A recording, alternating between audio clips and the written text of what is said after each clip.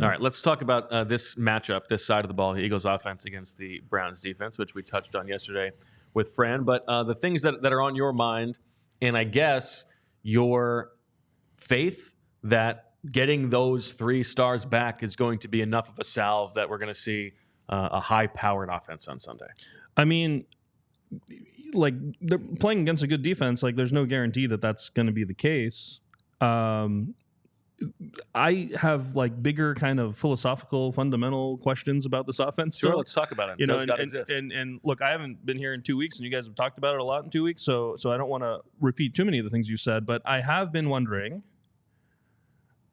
like, about your comment coming into the season about the Frankensteining of the coaching staff, right? Especially on offense, like on defense. You know, they brought in a bunch of guys. Fangio brought in a bunch of his guys, whatever. On offense, it's like they brought in an OC and a quarterback's coach who seem to be the people that the quarterback talks to. But then everybody else, like, you know, the pass game coordinator who seems kind of important. Like, wouldn't you want the pass game coordinator to be someone the offensive coordinator wanted to have? Like, and the pass game coordinator is Kevin Patullo, who's like Sirianni's guy.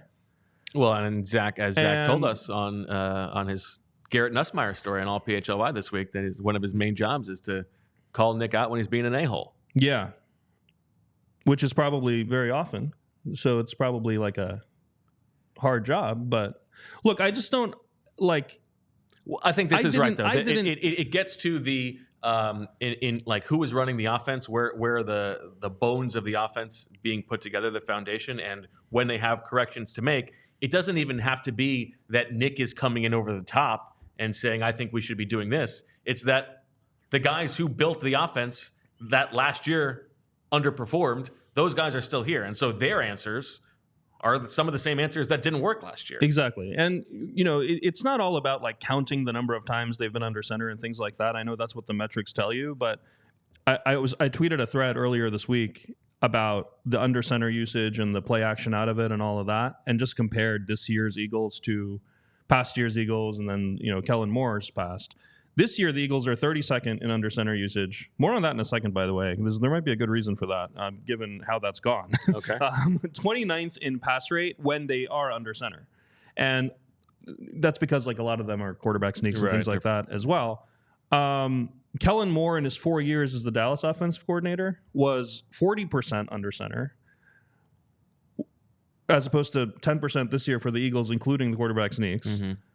And above average in passing when under center as well. So a decent amount of play action, under center play action. If you break it all down, about 1 out of every 8 plays under Kellen Moore while he was in Dallas was an under center play action pass. The Eagles have 6 such plays this season total in 4 games. And when it comes to why, like, it's very... Like the first thing you think is like, well, Sirianni's still calling the shots. Like Sirianni's still, or Patullo or whatever. Like the Sirianni part of the offensive coaching staff is still making these determinations. The other big theory is the quarterback doesn't like it. I think I lean on that specific thing towards the quarterback. Because we know that, you know, Kellen Moore can do it. Right.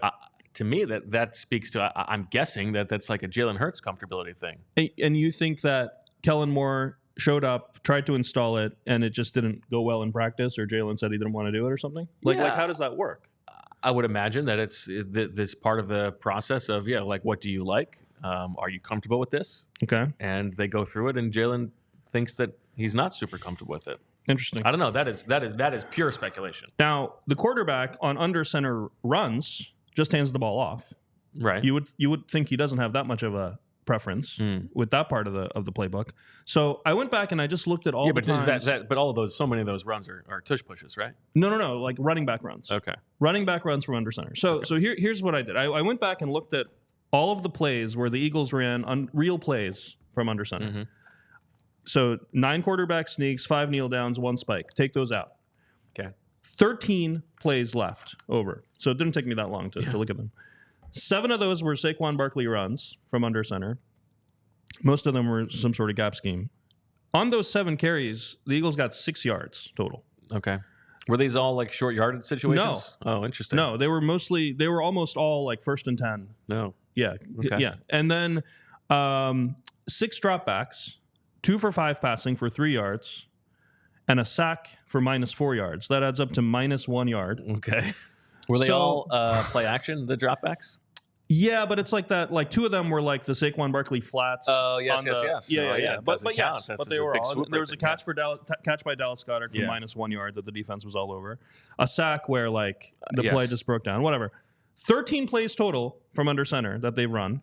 And if you were wondering how they break down by week, it was 4-4-3-2. So like they've used it every week. 2 for 13 success rate and 5 yards. Not 5 yards per play. 5 yards total on 13 plays. So, coaches get spooked when things don't work. I am wondering if some of it is just that, like, we suck at this. Yeah. Like, it's not just that, like, good quarterback doesn't like it or it's not in the playbook or whatever. Yeah. It's like we're losing 5 yards on these runs because we don't know how to block it or we don't practice it or whatever. It's also the thing that was responsible for the most traumatic play of the season. When Saquon drop, right? Oh, yes, the drop. Right? The drop on fourth down or third down. So maybe that's why they just it brings up bad juju. And the very first play of the season, when Saquon slipped and lost 5 yards, was one of these. And maybe that was a sign of things to come. Like this under center thing is not going to work. Okay. You got anything else there? Yeah, I'm going to move on. Yeah, the one other thing about the offense that was a big talking point coming into the season was motion. And I thought that this might be an interesting question to post for Fran, like maybe next week or something. In Wednesday's presser, Sirianni was asked about why they have used less and less motion during the season. And he gave a bunch of coach speak, like, it's game plan, opponent, whatever. But I thought one interesting thing he said was, some games we want to use more tempo. And then he said, and I'm not going to tell you whether that has anything to do with how much motion we use. But it was like very clearly saying that he thinks of those two things as substitutes. It's like if we're not, or at least that if they're using tempo, they can't use motion. Now, the Eagles are 4th in the league at no huddle rate at 23%.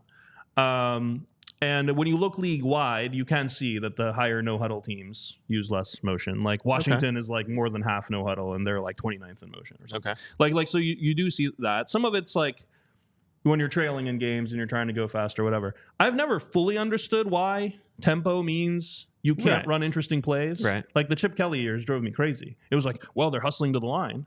That doesn't mean you have to run inside zone like every single time. Like, like you can hustle to the line and then run an interesting play. In fact, one of the great ways that you can use tempo is you can get to the line quickly, and then you're playing with the defense. They don't know when you're going to snap the ball. You can use motion and all kinds of things. And so I thought that would be an interesting question for Fran, but just something to keep in mind going forward. And to me, that speaks to motion in this offense is still something that is like appendaged on, right? It is not. But it didn't look like that week one. It didn't look like that. That's the thing. It's like so hard. Were there like 4 concepts that Kellen Moore came up with and they used them week one and then they just they're out of things now? I mean, that just seems impossible to me. Like there's got to be a part of that playbook that has interesting usage of motion. But what I mean by that is it's not. Only A.J. Brown can do it. Let's hope. Yeah. But it's not foundational. It's not part of the way that the offense was built. And that's like the Frankensteining of it, right? And so if they're going fast, it's like they have to think about the way that they're using motion. You know what I mean? Like they can't play fast and worry about what everybody's supposed to do in motion because not everybody is comfortable with it yet, maybe including the quarterback. I hope so. The Eagles are 20. They're exactly at 50% motion this year. They're 26th. So coming into the season, we were like, they're not going to be 32nd this year, and they're not. But they're 26th. And now some of it is watered down, I think, by I think they just didn't think like John Ross knew very many plays. You know what I mean? He was here the whole offseason. That's a good point. Yeah, I don't know. I don't know what it is. All right, but watching the end of that Tampa Bay film, it felt like. If you don't have A.J. Brown and, when you don't have Devontae Smith either, let's turn that dial up. Let's try to get these guys who are not as talented some kind of advantage in the offense. And instead it was the opposite. The fourth quarter of that Tampa Bay film, the game's out of reach. Eagles are down by 17 with the ball.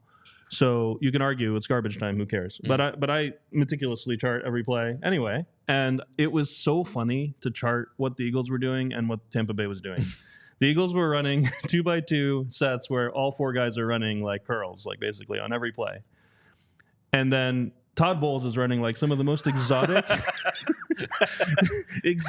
like cover two, let's invert, get this stuff on tape, exchange pressure, like both defensive tackles dropping out, and like both the nickel and the safety blitzing. You think he hates Jalen Hurts? I mean, I don't know what it is, but like he was having the time of his life. Like it's like Tampa Bay is running some of the most complicated defenses and executing them perfectly, where everyone ends up exactly in the right place, and they just end up in cover two, but like everyone's in a position you wouldn't expect.